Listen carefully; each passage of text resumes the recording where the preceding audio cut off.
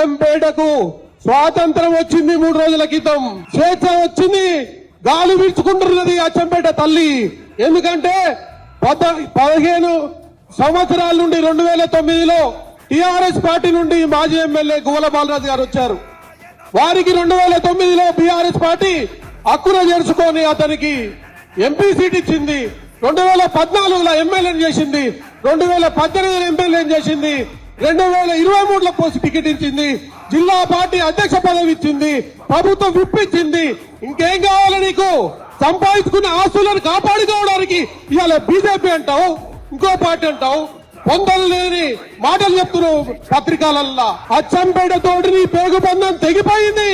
ఈ గడ్డ మీద మళ్ళొకసారి టిఆర్ఎస్ పార్టీని విజయవంతం చేయడానికి పార్టీ అధిష్టానం వీళ్ళని పంపించింది, ఈ దూలను పంపించింది. ఎక్కడ కూడా కార్యకర్తలు ఆధైర్యపడకుండా గెలిచి చూపిస్తాం, బరిలో నిలబడతాం అని చెప్తుంది ఈ అచ్చంపేట. కార్యకర్తలను జీతగాళ్ళలేగా చూడమని చెప్పలే పార్టీ. కార్యకర్తలకు స్వేచ్ఛనిచ్చి మాట్లాడమన్నది, కార్యకర్తకు కడుపు నొప్పులు వస్తే చూడమన్నది. కానీ కార్యకర్తను చెప్పులు సెల్ ఫోన్ పని చేసుకొని రమ్మని చెప్పలేదు. ఇది కార్యకర్త లేని నాయకుడు ఉండడు, కార్యకర్త లేని ప్రజాప్రతినిధులు ఉండరు. ఆ మాత్రం తెలియకుండా చదువుకున్నాం అని చెప్పి ఏదో చెప్పి ఇవన్నీ చేసినాం. అందుకే మాకు స్వేచ్ఛ వచ్చింది. 2018లో జిల్లాలో అందరికి 50,000 80,000 వస్తే నీకు 9,000 వచ్చింది. 9,000 వచ్చినాయని చెప్పి కార్యకర్తల మీద ద్వేషం పెంచుకుంటే ఎట్లా? ప్రేమ పెంచుకోవాలి కదా, ప్రేమ పెంచుకోలేదు. కేసీఆర్ పాలనే శ్రీరామ రక్ష. ఇప్పుడు 2 భార్యలు ఉంటే ఎట్టుంటది, 1 భార్య ఉంటే ఎట్టుంటది? మీరు చెప్పండి. వాళ్ళకు 2 సంవత్సరాలు, ఢిల్లీలో 1, రాష్ట్రంలో 1. మనకే ఉంది 1 సంవత్సరం. 1 సంవత్సరాన్ని నమ్ముతారా, 2 సంవత్సరాలు నమ్ముతారా? మీరే చెప్పండి. ఇంకొక బీజేపీ ఏం పొడిచింది? బీజేపీ ఏం పొడిచింది?